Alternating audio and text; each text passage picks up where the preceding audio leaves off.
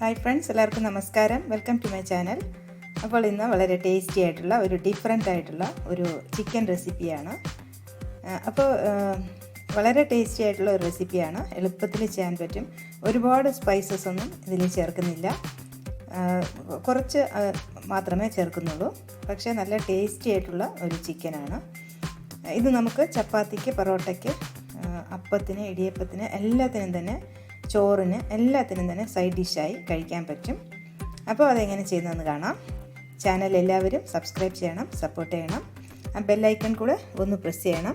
അതിൽ all option തിരഞ്ഞെടുക്കണം. എന്നാൽ മാത്രമേ ഞാൻ വീഡിയോസ് അപ്ലോഡ് ചെയ്യുമ്പോൾ നിങ്ങൾക്ക് ഉടനടെ നോട്ടിഫിക്കേഷൻസ് വരൂ. അപ്പോൾ എങ്ങനെയാണ് ഈ ടേസ്റ്റി ആയിട്ടുള്ള ചിക്കൻ ചെയ്യുന്നതെന്ന് കാണാം.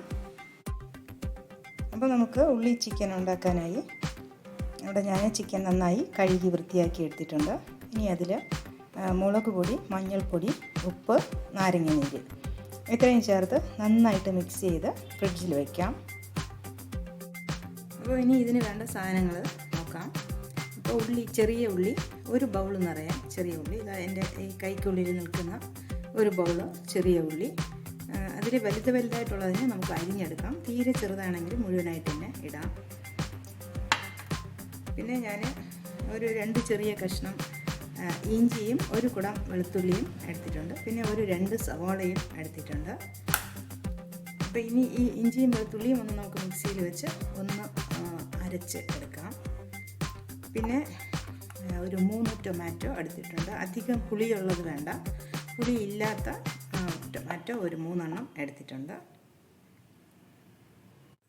ഇനി നമുക്ക് ഒരു പാൻ അടുപ്പത്ത് വെച്ചിട്ട് അതിൽ ഒരു 1/4 കപ്പ് വെളിച്ചെണ്ണ ഒഴിച്ചു കൊടുക്കാം.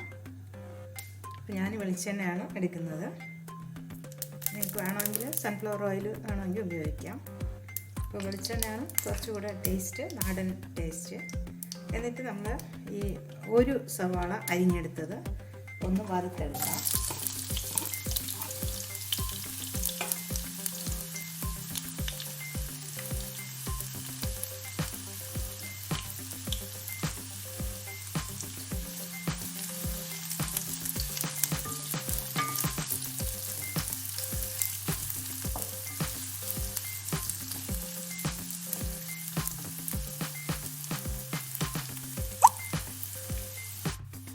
അപ്പോൾ നമ്മുടെ ഉള്ളി ഇവിടെ പാകമായിട്ടുണ്ട്. ഞാൻ ഒരു നുള്ളു ഉപ്പ് കൂടെ ചേർത്ത് കൊടുത്തു.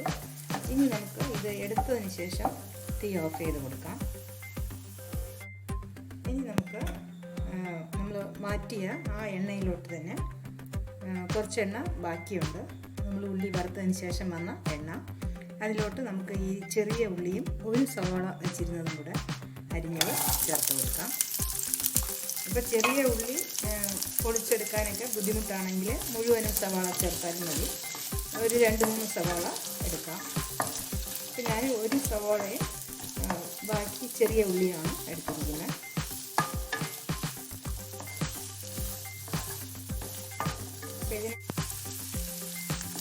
അപ്പോൾ നമ്മുടെ സവാളയും ചെറിയ ഉള്ളിയും ഒന്ന് ചെറുതായിട്ടൊന്ന് വഴന്നു വന്നിട്ടുണ്ട്.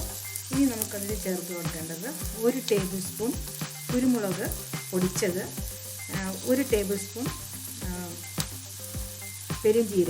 പെരുംജീരകം പൊടിച്ചത്, പിന്നെ ഇഞ്ചിയും വെളുത്തുള്ളിയും നമ്മൾ എടുത്ത് വെച്ചിരുന്നത് അരച്ചുകൂടെ എടുത്തു, മിക്സിയിലിട്ട് അരച്ചെടുത്തു. ഇനി ഇതുകൂടെ നമുക്ക് ചേർത്ത് കൊടുക്കാം. അപ്പോൾ നമ്മൾ ചേർത്ത് കൊടുത്ത എല്ലാം ഒന്ന് വഴന്ന് വന്നിട്ടുണ്ട്. കുറച്ച് സമയമായി, ഒരു 2-3 മിനിറ്റായി. നന്നായിട്ടൊന്ന് അതിൻ്റെ പച്ചമണമൊക്കെ മാറിയതിന് ശേഷം നമുക്ക് ഈ തക്കാളി കൂടെ ചേർത്ത് കൊടുക്കാം.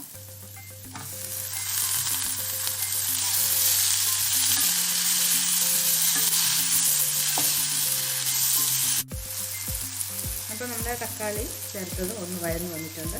ഇനി നമ്മൾ പുരട്ടി വെച്ചിരുന്ന ചിക്കൻ ചേർത്ത് കൊടുക്കാം.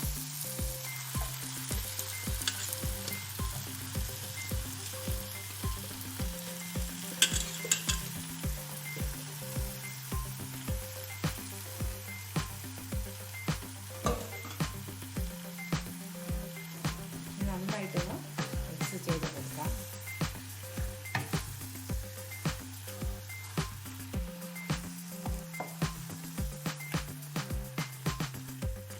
അപ്പോൾ നമുക്ക് ഉപ്പ് കൂടെ ചേർത്ത് കൊടുക്കാം. നമ്മൾ കുറച്ച് ഉപ്പ് ചേർത്തിട്ടുണ്ട്, ബാക്കി ഉപ്പ് കൂടെ ചേർത്ത് കൊടുക്കാം. വെള്ളവും ഒരു അരക്കപ്പ് വെള്ളവും കൂടെ ഒഴിച്ച് ഇനി അടച്ചു വെച്ച് വേവിക്കാം. ഉപ്പ് കൂടെ ചേർത്ത് കൊടുക്കാം. ഒരു അരക്കപ്പ് വെള്ളം കൂടെ ഒഴിച്ച് കൊടുക്കാം.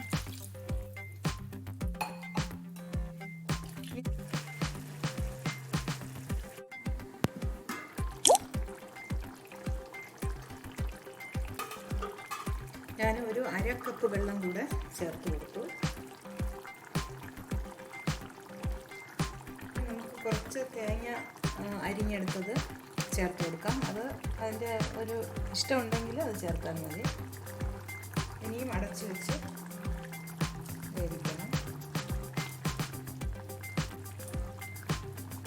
ഇപ്പോൾ ഒരു 10 മിനിറ്റ് ആയിട്ടുണ്ട്.